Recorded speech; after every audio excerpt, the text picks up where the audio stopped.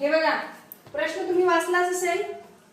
तर ही जी संरचना दिलेली आहे तुम्हाला, संरचनेमध्ये 4 त्रिकोण दिसत आहेत, त्यांच्या आजूबाजूला संख्या लिहिलेल्या दिसत आहेत, बरोबर. तर आता गायब असलेला अंक जो आहे तो आपल्याला शोधायचा आहे आणि ऑप्शन मधून कोणता असेल त्याचा विचार आपल्याला करायचा आहे.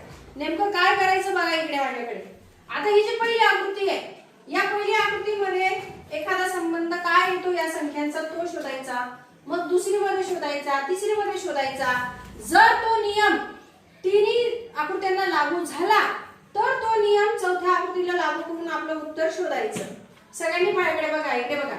आता या त्रिकोणाच्या अवतीभोवती तुम्हाला 4 3 2 आणि मध्ये 4 दिसतो. याचा संबंध मी तोंडी सांगते हा, मग तुम्ही उत्तर ओळखू शकता नंतर. हे बघा, 4 त्रिक सांगा पटकन. 4 त्रिक 12.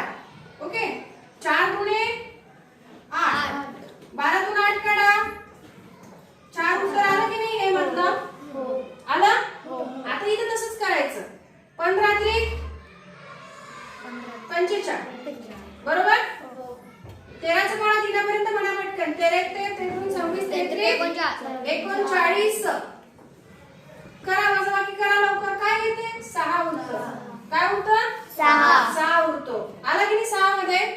म्हणजे 4चा 3चा गुणाकार, 12 म्हणजे 4चा 3चा गुणाकार, नंतर 4 आणि 2चा गुणाकार, त्यातून वजा केलेला आहे, आलेलं उत्तर मध्ये लिहिलेलं आहे. तिसरं बघा आता, 17 गुणे 34, 13 गुणे 26, वजाबाकी काय येते सांगा पटकन? 8. काय येते? 8. आणि काय तसंच इथे करायचंय.